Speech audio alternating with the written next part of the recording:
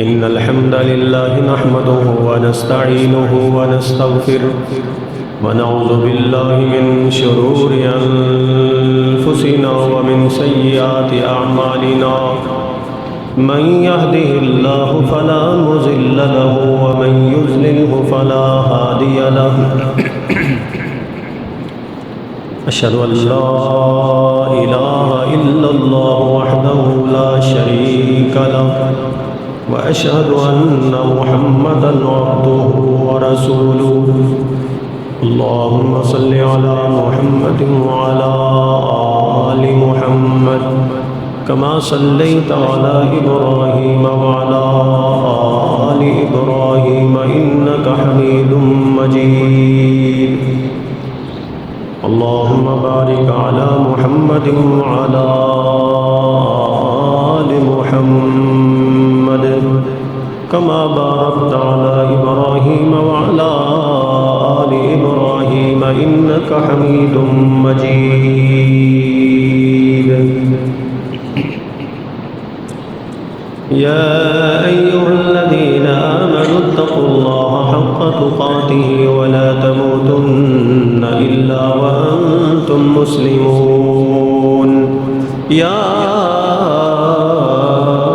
أيها الناس اتقوا ربكم الذي خلقكم من نفس واحدة وخلق منها زوجها وبث منهما رجالا كثيرا ونساء واتقوا الله الذي تساءلون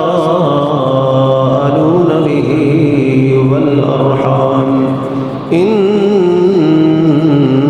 الله كان عليكم رقيبا يا أيها الذين آمنوا اتقوا الله وقولوا قولا سديدا يصلح لكم أعمالكم ويغفر لكم ذنوبكم ومن يطع الله ورسوله فقد فاز فوزا عظيما رب اشرح لي صدري ويسر لي أمري واحلل عقدة من لساني يفقهوا قولي سبحانك لا علم لنا إلا ما علمتنا إنك أنت العليم الحكيم أما بعد فإن خير الحديث كتاب الله وخير الهدي هدي محمد صلى الله عليه وسلم وشر الأمور محدثاتها وكل محدثة بدعة وكل بدعة ضلالة وكل ضلالة في النار أعوذ بالله السميع العليم من الشيطان الرجيم من همزه ونفخه ونفسه بسم الله الرحمن الرحيم ولله على الناس حج البيت من استطاع إليه سبيلا ومن كفر فإن الله غني عن العالمين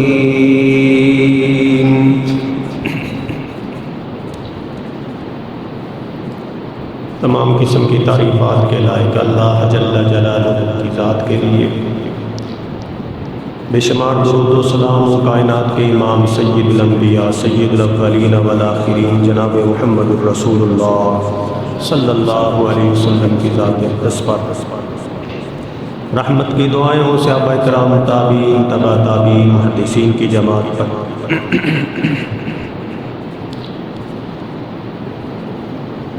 ذی قعدہ کا یہ آخری خطبہ جمعۃ المبارک بڑی رحمتوں والا دن ہے، برکتوں والا دن ہے، مسلمانوں کے جمع ہونے کا دن ہے۔ اللہ تعالیٰ سے دعا ہے کہ اللہ رب العزت ہم سب کو اپنی رحمتوں اور برکتوں سے نوازے۔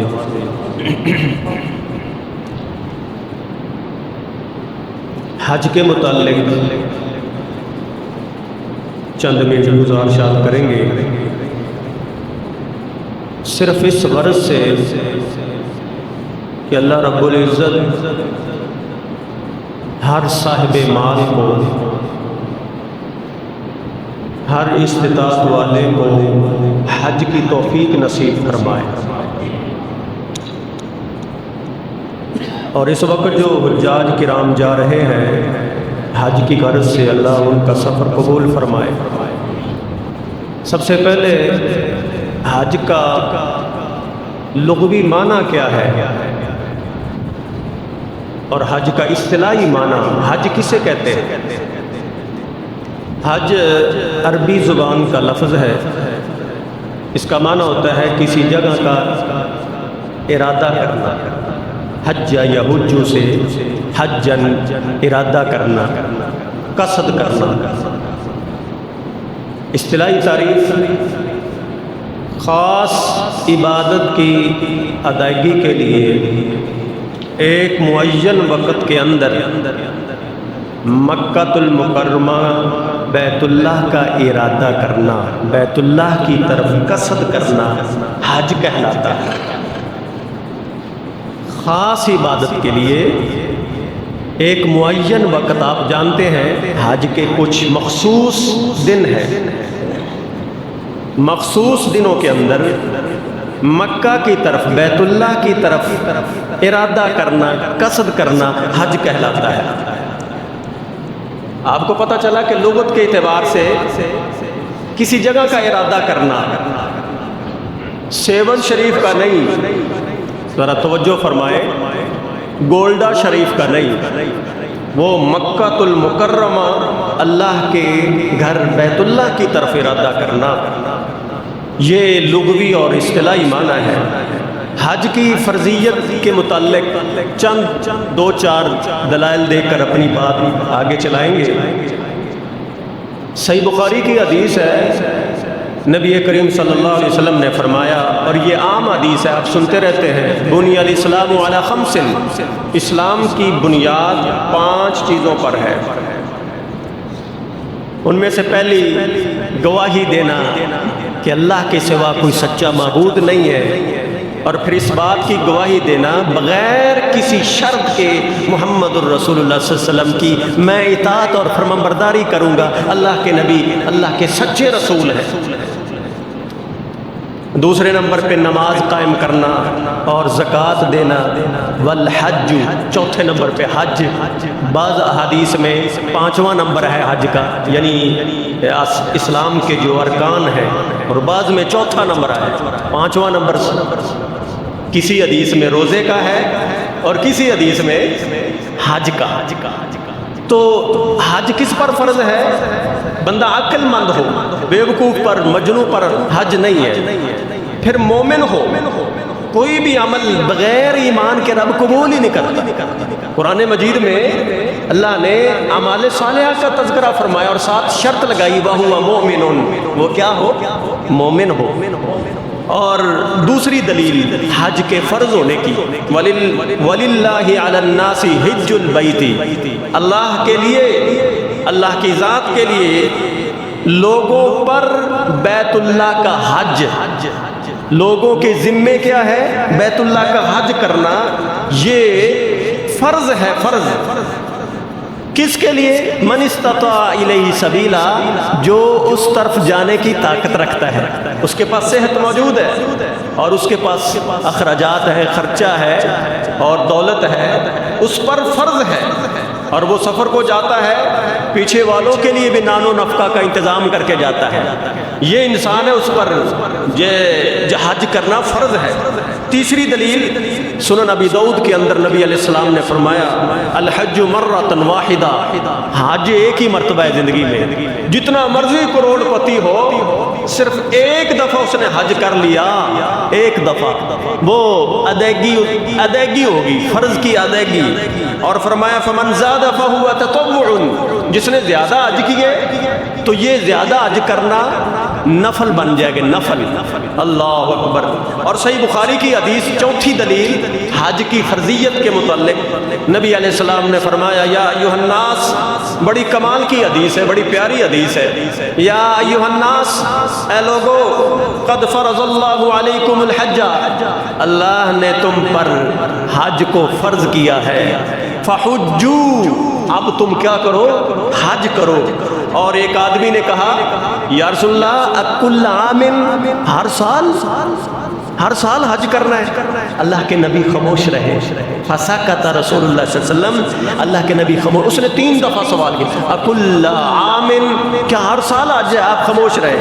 پھر آپ بولے لو قلت نعم، اگر میں کہہ دیتا کہ ہر سال یہ حج فرض ہے، لوجبت، تو وہ واجب ہو جاتا، لمستطعتم، تم میں پھر حج کرنے کی طاقت نہ ہوتی۔ ہم سے ایک حج نہیں کیا جا رہا، اگر یہ فرض ہو جاتا ہر سال تو کیا بنتا؟ کیسے کیسے ہم بہانے بناتے، کتنی ہم تعویلیں کرتے۔ وہ رحمت للعالمین پیغمبر صادق المصدوق نبی کریم صلی اللہ علیہ وسلم خاموشی کا آپ نے خاموشی اختیار کی کہ امت پر کہیں یہ فرض ہو گیا تو مصیبت بن جائے گی میری امت پر۔ لقد جاءکم رسول من انفسکم عزیز علیہ ما عنتم، امت کا مشکل میں پڑ جانا رسول اللہ پر، رسول اللہ کو تکلیف ہوتی۔ اگر کوئی امتی مصیبت میں پڑ جائے، مشکل میں پڑ جائے، تو کم از کم حج ایک دفعہ صاحب مال پر فرض ہے، فرض۔ اور ذرا ایک اور حدیث سنیے، اگرچہ وہ کمزور ہے، ضعیف ہے، لیکن جو راوی ہے نا بیان کرتا، اس کا نام علی المرتضی رضی اللہ تعالی عنہ، عن علی قال قال رسول اللہ صلی اللہ علیہ وسلم من ملک زادا وراحلة تبلغه إلى بيت الله فلم يحج، جس کے پاس طاقت موجود ہے، سواری موجود ہے، لیکن اس نے حج نہ کیا، حج نہ کرنے کی وعید بھی سن لے۔ آپ کو کہا ہے کہ یہ فرض ہے صاحب مال پر، تو فرمایا نبی علیہ الصلوۃ والسلام نے فلا علیہ ان یموت یہودیا او نصرانیا، چاہے وہ یہودی ہو کر مرے، چاہے وہ عیسائی ہو کر مرے، کوئی پرواہ نہیں ہے، یہودی مرے، عیسائی یعنی کافر بن کر مرے۔ اللہ اکبر اللہ۔ یہ حدیث کمزور ہے، اس کی اندر 2 راوی ہیں، وہ کمزور ہیں، سند کے اعتبار سے یہ حدیث کمزور ہے، لیکن یہ جو حضرت علی راوی ہے نا، ان سے صحیح قول سے ثابت ہے، یعنی حضرت علی تک سند صحیح پہنچتی ہے۔ حضرت علی کہتے ہیں جو طاقت ہونے کے باوجود حج نہ کرے، چاہے یہودی ہو کر مرے، چاہے عیسائی ہو کر مرے۔ اللہ تعالیٰ ہمیں، ہمارے جو بھائی ہیں مالدار ہیں، طاقت والے ہیں، کاروبار ہے، جو جن کے پاس دولت ہے، ان کو حج کی توفیق نصیب فرمائے۔ کہتے ہیں جی کیش نہیں ہے، 3 مربے کا مالک ہے، اور کیش نہیں، اپنے 3 مربے میں سے 4 مرلے بیچ دے اللہ کے بندے اور حج کر لے، اپنے اوپر سے فرض ادائی کو اتار دے۔ 10-20 دکانوں کا مالک ہے، کروڑوں کی جائیداد ہے، کہتا جیب میں کیش نہیں ہے، لہذا میں کیا کروں، مجبور ہوں۔ اور بھائی ایک دکان فروخت کر دے اللہ کے لیے، بہانہ نہیں چلے گا، یہ حج فرض ہے۔ آئیے ذرا توجہ فرمائے، اللہ تعالی ہمیں حج کرنے کی توفیق نصیب فرمائے۔ یہ حج کیا بات ہے، اس کے کچھ مقاصد ہیں، وہ ان کو سننا انتہائی ضروری ہے تاکہ میری اور آپ کی اصلاح ہو جائے، اللہ ہم پہ رحم فرمائے۔ حج کا پہلا مقصد آپ نے سنا تھا پچھلے جمعے اختصار کے ساتھ، یہ حج علاقائی تقسیم سے نکال کر امت کو ایک رشتے کے اندر پرو دیتا ہے، سارے مختلف علاقوں سے جاتے ہیں، ہاں جی، یورپ سے، امریکہ سے، برطانیہ سے، ہاں جی، اور پاکستان سے، ہندوستان سے، مصر سے، یعنی پوری دنیا سے مسلمان وہاں پہ حج کرنے کے لیے جاتے ہیں۔ علاقے مختلف ہیں، توجہ ذرا، علاقے مختلف ہیں، لیکن وہاں پہ جا کر سارے ایک ہو جاتے ہیں۔ کاش کہ مسلمان ایک نظام پیش کر سکتے، دنیا میں مسلمان ایک سکہ رائج کر سکتے، مسلمان ایک ویزا رائج کر سکتے، پھر دیکھنا مسلمان کس قدر طاقتور ہے۔ خیر اپنی اپنی مجبوریوں کی وجہ سے، مختلف رکاوٹوں کی وجہ سے یہ نہ کر سکے، ایک کام تو کر سکتے ہیں نا۔ کون سا؟ دنیا کے جس خطے میں بھی اللہ کے نبی کا امتی ہے، اللہ کے نبی صلی اللہ علیہ وسلم کا کلمہ پڑھنے والا ہے، لا الہ الا اللہ محمد الرسول اللہ پڑھنے والا ہے، وہ ہمارا بھائی ہے، وہ ہمارا کیا ہے؟ بھائی ہے۔ ترک کے اندر، ترکی کے اندر رہنے والا مسلمان ہمارا بھائی ہے، مصری ہمارا بھائی ہے، پنجابی بلوچی پاکستانی ہمارا بھائی ہے، ہندوستان کے اندر رہنے والے مسلمان ہمارے بھائی ہیں، برما میں اندر مسلمان جو مظلوم ہیں وہ ہمارے بھائی ہیں۔ الغرض دنیا کے جس خطے میں بھی کوئی کلمہ پڑھنے والا مسلمان ہو وہ ہمارا کیا ہے؟ بھائی ہے۔ انما المؤمنون اخوۃ، توجہ ذرا، انما المؤمنون اخوۃ فاصلحوا بین اخویکم واتقوا اللہ لعلکم ترحمون۔ مومن سارے بھائی بھائی ہیں۔ اللہ کے نبی کی حدیث آپ نے فرمایا المؤمن للمؤمن کالبنیان، اے مومن مومن کے لیے دیوار کی طرح ہے۔ اللہ، ایک اینٹ کی کیا حیثیت ہے؟ جب بھٹھے سے اینٹیں نکلتی ہیں دیوار بنتی جاتی ہے اور دیوار مضبوط ہوتی چلی جاتی ہے۔ وہاں قربان جائیں پیارے پیغمبر کی ذات پر، نبی کریم صلی اللہ علیہ وسلم نے سمجھایا اپنی امت کو مومن مومن کے لیے دیوار کی طرح ہے۔ کہیں فرمایا مثل المؤمنین فی توادہم وتراحمہم وتعاطفہم کمثل الجسد الواحد۔ میری امت کے مسلمان مومن کلمہ پڑھنے والے ایک جسم کی مانند ہے۔ اللہ، ایک جسم کی مانند۔ یہ تربیت ہو رہی ہے کہ کلمہ پڑھنے والے کیا ہے؟ ایک ہے۔ اور نہیں یقین آتا تو حج پہ چلے جائیں، حج پہ جائیں، سارے یار رنگ مختلف ہیں، ہاں جی، کوئی امیر ہے کوئی غریب ہے۔ ایک بادشاہ حج کرنے کے لیے آیا تو سعودی عرب نے، بادشاہوں نے اس کے لیے سواری کا انتظام کیا۔ اس نے کہا نہیں، میں پیدل چلوں گا، سب کے ساتھ چلوں گا تاکہ پتہ چل جائے کہ ہم علاقائی اور یہ جو بندشیں ہیں، یہ جو رکاوٹیں ہیں یہاں پہ ختم نہیں ہونی تو دنیا کا کون سا علاقہ ہے کہ وہاں پہ یہ رکاوٹیں، یہ تعصب کی باتیں ختم ہوں۔ آئیے ذرا غور کیجیے، پہلا مقصد کہ یہ حج امت ایک امت بناتا ہے، ایک امت کے رنگ میں رنگتا ہے، اتحاد و اتفاق کی نعمت ہے وہاں پہ، کوئی کسی پہ تبصرہ نہیں کرتا۔ سارے تبصرے ہندوستان اور پاکستان میں ہی تو رہ گئے ہیں، وہاں پہ کیا ہے؟ اللہ اکبر، وَاعْتَصِمُوا بِحَبْلِ اللَّهِ جَمِيعًا وَلَا تَفَرَّقُوا۔ اس آیت کی جو ہے نا عملی طور پر نمونہ وہاں پہ نظر آتا ہے کہ تفرقہ نہیں، ایک مسلمان دوسرے مسلمان سے اس قدر محبت کرتا ہے، اس قدر محبت کرتا ہے، اس قدر اکٹھ ہے، اس قدر اجتماعیت ہے، اس قدر ایک رشتہ ہے۔ یہی رشتہ میرے محبوب علیہ الصلوۃ والسلام نے 1400 سال پہلے وہ جو ایک دوسرے کے خون کے پیاسے تھے ان کے اندر اس کو قائم کیا۔ وہ ایک دوسرے کے خون کے پیاسے آپس میں ایک دوسرے سے ایسی محبت کی کہ دنیا کا معاشرہ وہ مثال پیش کر ہی نہیں سکا۔ اخوت کی مثالیں پیش کی، یہ حج بتاتا ہے، حج۔ اللہ اکبر، فرمایا کیسی اخوت؟ چبے کانٹا جو قابل میں تو ہندوستان کا ہر پیر و جماع بےتاب ہو جائے۔ کیا یہ جذبہ ہے؟ نہیں میرے پیارے بھائیوں، یہ نظر نہیں آ رہا۔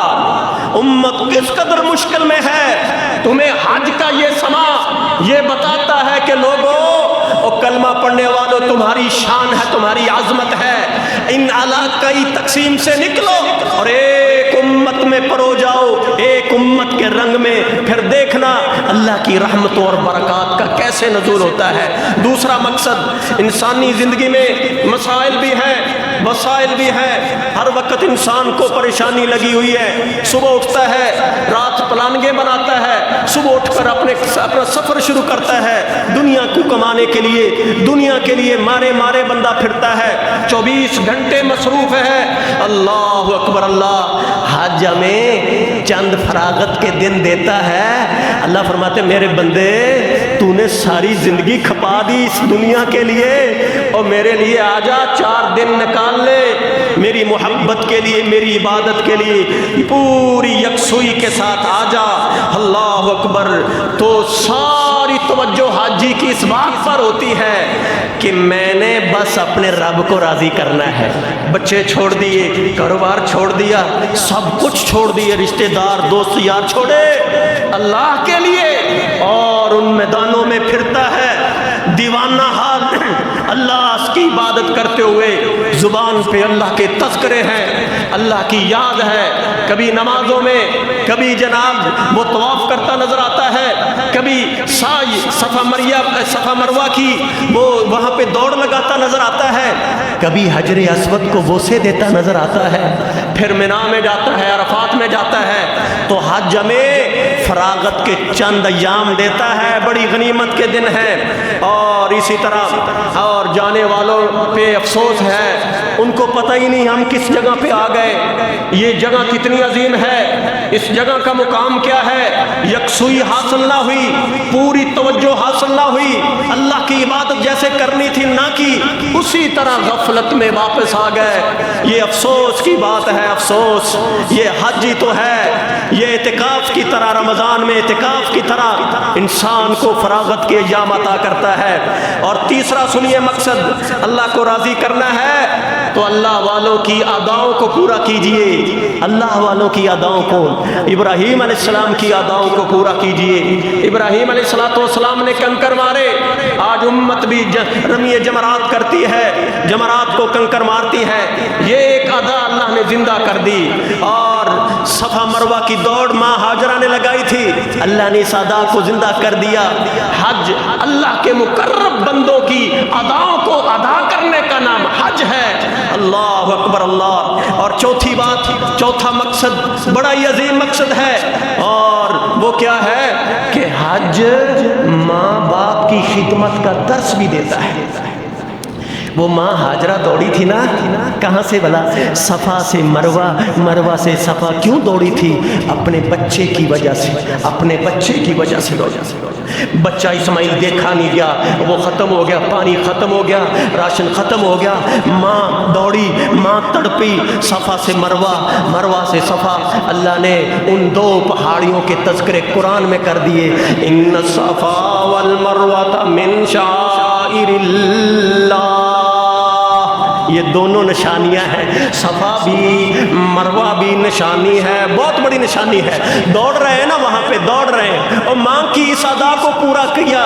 میرے محبوب پیغمبر بھی وہاں پہ دوڑے، صدیق اکبر بھی دوڑے، عمر فاروق بھی دوڑے، اور عثمان غنی بھی دوڑے، علی بھی دوڑے، سارے صحابہ دوڑے، اور سارے تابعین، تبع تابعین، سارے ولی، سارے اولیاء، سارے اتقیاء، سارے صلحاء، بڑے بڑے کتب ابدال دوڑتے رہے۔ دوڑو نہ دوڑو، کیوں؟ یہاں پہ ماں دوڑی تھی۔ اللہ، ماں کی کتنی قدر ہے۔ ایک صحابی نے اپنے کندھوں پہ ماں کو اٹھایا اور بیت اللہ کا حج، پورے مناسک حج ادا کیے۔ ابن عمر کہتے ہیں، او بھائی تیرے کندھے پہ یہ جو کون ہے؟ اس نے کہا یہ میری ماں ہے، ماں۔ وہ کہتا ہے عبداللہ، میں نے جب سے اپنے گھر سے میں نکلا ہوں نا، اپنی ماں کو کندھے پہ اٹھایا، اور میں عرب کی کسی ایک چٹان پہ بھی میں نے اپنی ماں کا قدم نیچے نہیں لگنے دیا۔ کیا میں نے اپنی ماں کا حق ادا کر لیا ہے؟ او میرے پیارے بھائیوں، نوجوانوں، او ماں باپ کو ستانے والوں، باز آ جاؤ، باز آ جاؤ، ورنہ یہ سنت اللہ رکھ دے گا۔ جس نے اپنے باپ کی، اپنی ماں کو ستایا، اس کو اس کے بیٹے ستاتے چلے جائیں گے۔ یہ خاندان پورے کا پورا اللہ اس کو نافرمان لکھ دے گا، اور جنت کے دروازے پہ لکھ دے گا یہ خاندان جنت میں جانے کے لائق نہیں ہے۔ ماں اس نے کہا کیا میں نے اپنی ماں کا حق ادا کر دیا ہے؟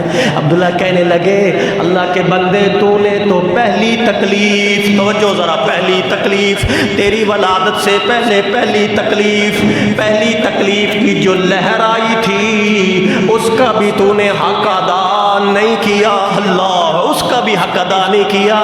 تیری ماں نے تجھے 9 مہینے اپنی پیٹ میں اٹھائے رکھا، اس کا حق تو کیسے ادا کرے گا؟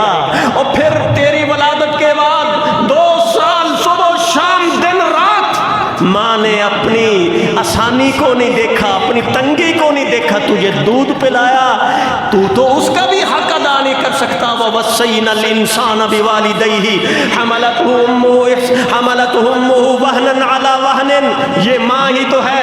اللہ فرماتے ہیں ماں ہاجرہ دوڑی تھی صفا سے مروہ، مروہ سے صفا، اپنے بیٹے کی محبت کی خاطر تڑپی تھی، بیٹے کی تکلیف نہ دیکھی گئی، اللہ نے ماں کے دوڑنے کو نشانی بنا دیا۔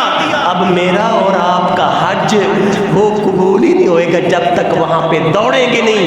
یہ ماں ہے، یہ ماں ہے۔ او بھائیو، غنیمت جانو والدین کو، اپنے والدین کو غنیمت جانو۔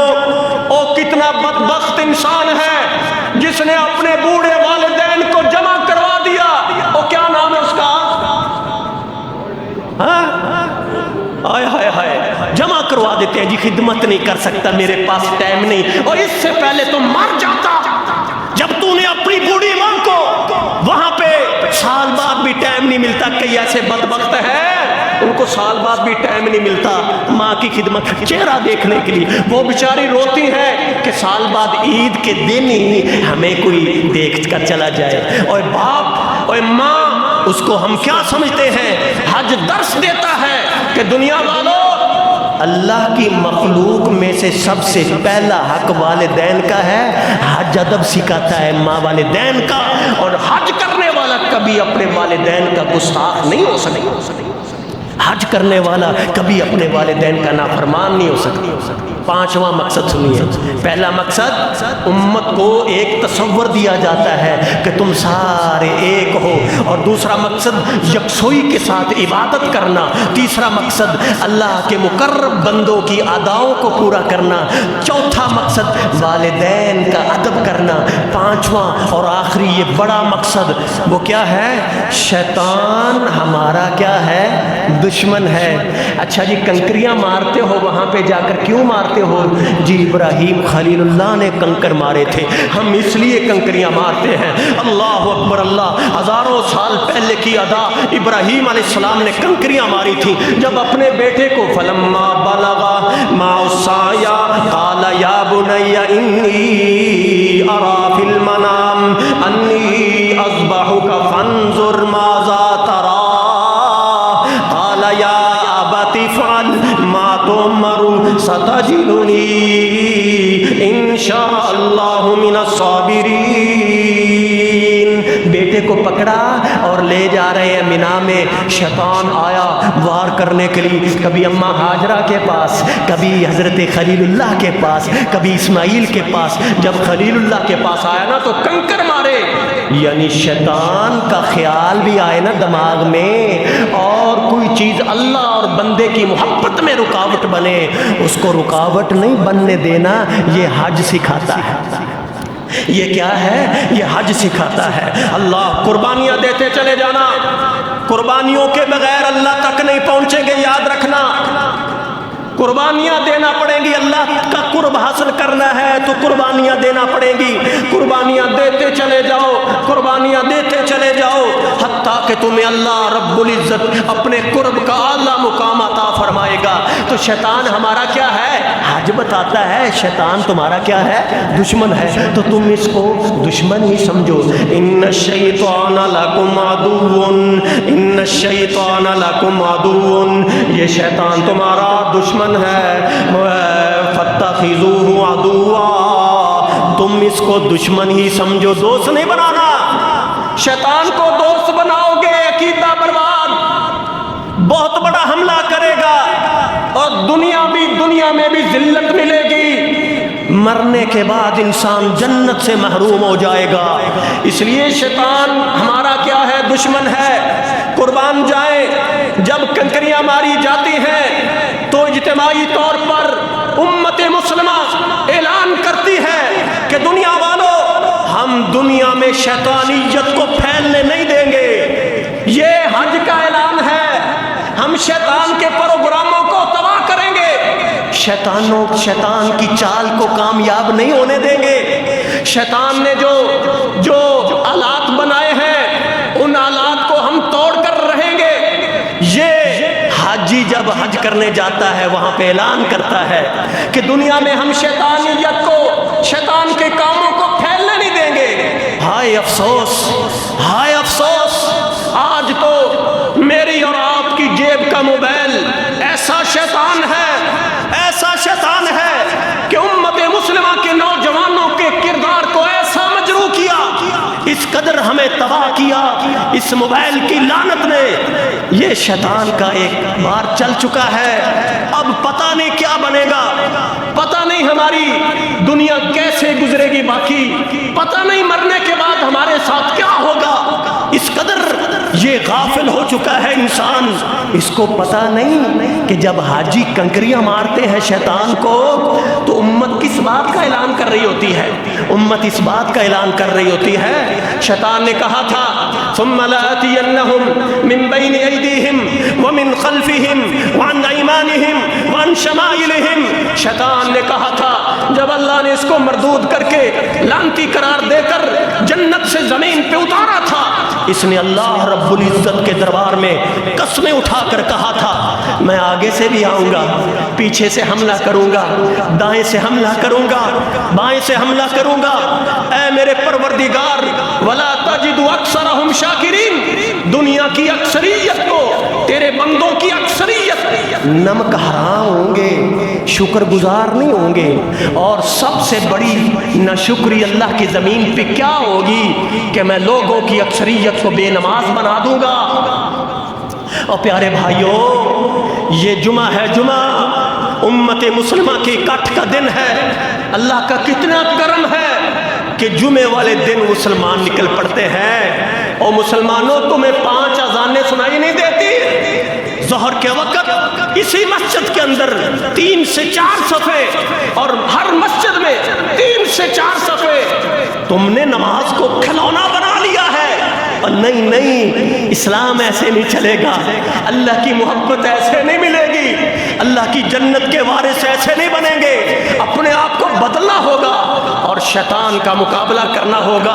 اللہ اکبر۔ پیارے پیغمبر کے غلام کیسے تھے؟ اللہ کے نبی کے غلام کیسے تھے؟ کیسے شیطان ان سے چلتا تھا، کیسے شیطان ان سے ڈرتا تھا۔ آئندہ خطبے میں، آنے والے خطبے میں 1-2 منٹ وہ واقعہ سنا کے اپنی بات کو ختم کرنا چاہوں گا۔ تو پیارے بھائیوں، حج اللہ کی بہت بڑی نعمت ہے۔ حج ہمیں درس دیتا ہے، سبق دیتا ہے۔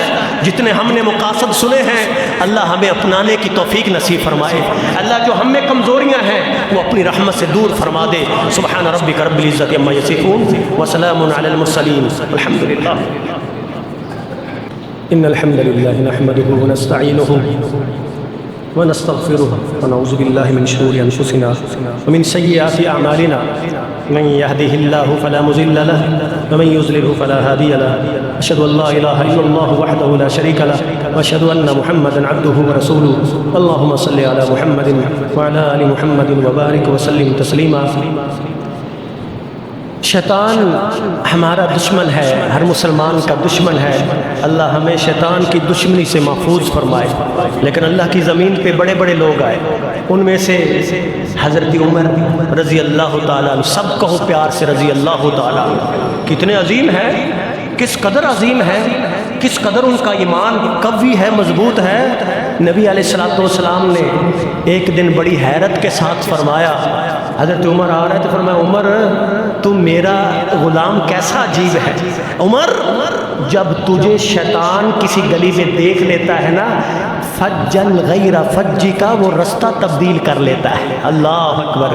کیا مسلم یاد رکھنا، مسلمان کی طاقت زیادہ ہے شیطان سے، اس کے وہ ذرا ذہن بنا لینا مسلمان کہ میں نے اب اپنے اوپر شیطان کو مسلط نہیں کرنا، پھر مجال ہے کہ وہ کسی مسلمان کو تنگ کرے، مسلمان کو سنت کا مخالف بنائے، مسلمان کو حرام پہ لگائے، مسلمان کو دو نمبری پہ لگائے، یہ نہیں ہو سکتا۔ اللہ سے دعا اللہ رب العزت ہمیں شیطان کے وسوسوں سے محفوظ فرمائے۔ تو محترم بھائیوں، یہ دن بڑے عظیم ہے، آج 29 ہے، آج امید ہے چاند نظر آ جائے گا۔ آنے والے 10 دن انتہائی عظیم اور دنوں کے سردار ہیں۔ ان دنوں کے متعلق بہقی کی ایک روایت نے مجھے حیران کر دیا۔ نبی علیہ الصلوۃ والسلام نے فرمایا 10 دنوں میں سے ہر دن 1000 کی طرح ہے، 1000 کی طرح۔ اور نبی کریم صلی اللہ علیہ وسلم نے فرمایا یوم عرفہ، یہ جو ہم 9 کا روزہ رکھتے ہیں، یوم عرفہ یہ اتنا عظیم دن ہے، 10,000 دنوں کی سے بھی افضل ہے، 10,000 دن کے برابر ہے۔ یہ دن بڑے عظیم ہے۔ ان دنوں میں دن آج سے ہی نبی علیہ الصلوۃ والسلام کے بڑے بڑے فرامین ہیں۔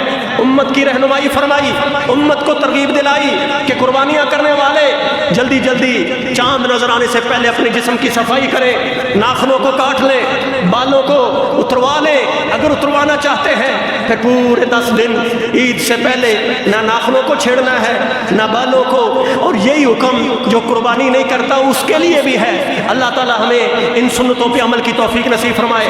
اور دوسری بات، نبی علیہ الصلوۃ والسلام کے صحابہ کرام ان دنوں کا اہتمام کرتے تھے، کس قدر اہتمام کرتے تھے، کس قدر ان پہ زبان پہ آوازیں ہوتی تھی، تکبیرات ہوتی تھی، اللہ اکبر۔ بازاروں میں جاتے، بازاروں میں جا کر کہاں ہے یہ کون سنت کو پورا کرے گا، کون اللہ کی بڑائی اس کے تذکرے کرے گا، بازاروں میں جا کر تکبیرات کا اہتمام کرتے اور بازار والے ساتھ شروع ہو جاتے۔ اور جیسے گانا لگا ہوتا ہے نا، ایک اسکوٹر پہ، موٹر سائیکل پہ اور سائیکل پہ وہ ٹیپ لگی ہوتی، گانا لگا ہوتا ہے، سارے توجہ کرتے ہیں نا بے حیائی کی طرف، شیطانی آوازوں کی طرف۔ لیکن یہ کتنے عظیم دن ہیں، اپنے موبائلوں کو دیکھنا کم کر دو، ضروری بات جو ہو سنے سنائے، میسج ضروری ہے تو کرے، قرآن کی تلاوت کو عام کر دے۔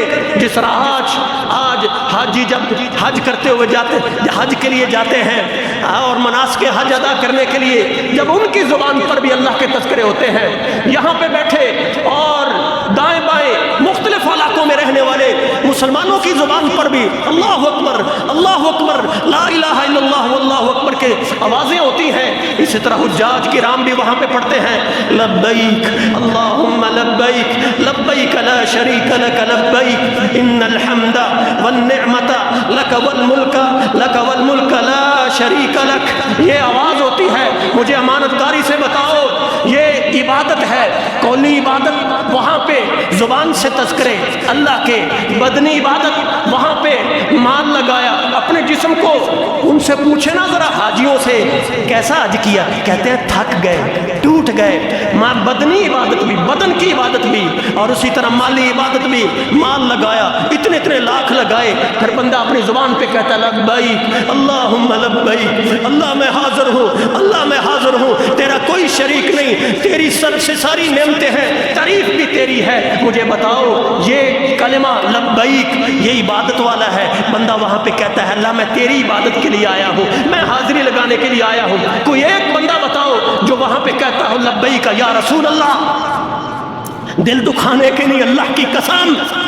تم حج پہ جاتے ہو، جہاز پہ چڑھتے ہو، وہاں پہ سفر کرتے ہو، جب تمہاری زبان پہ یہ آتا ہے وہاں پہ کرو نا لبیک یا رسول اللہ۔ کوئی ایک بندہ بھی پوری دنیا پہ آنے والے تمام مسلمانوں میں ایک بندہ بھی یہ نہیں کہتا، اس لیے کہ یہ عبادت نہیں ہے۔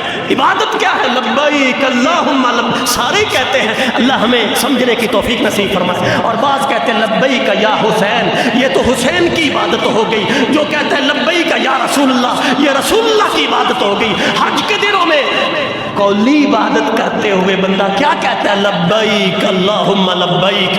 عبادت کے لائق قولی عبادت ہو تو وہ بھی اللہ کے لیے، بدنی عبادت ہے تو وہ بھی اللہ کے لیے، مالی عبادت ہے وہ بھی صرف ایک اللہ کے لیے۔ یہ حج ہمیں درس دیتا ہے۔ تو پیارے بھائیوں، اپنے حاجی تو وہاں پہ اپنا ذکر اذکار کرتے ہیں نا، تو یہاں پہ ہم کریں گے اللہ کے فضل و کرم سے اللہ کی تکبیرات کی آواز، اللہ کی حمد، اللہ کے تذکرے، اللہ کی بڑائی۔ ان دنوں میں اللہ کو بڑی پسند ہے، جو تہجد نہیں پڑھتا وہ تہجد شروع کر دے۔ نبی علیہ الصلوۃ والسلام نے فرمایا ان دنوں میں عمل کیا ہوا ایسا عمل ہے باقی دنوں میں کیے ہوا عمل ان دنوں کے عمل کا برابر نہیں ہو سکتا۔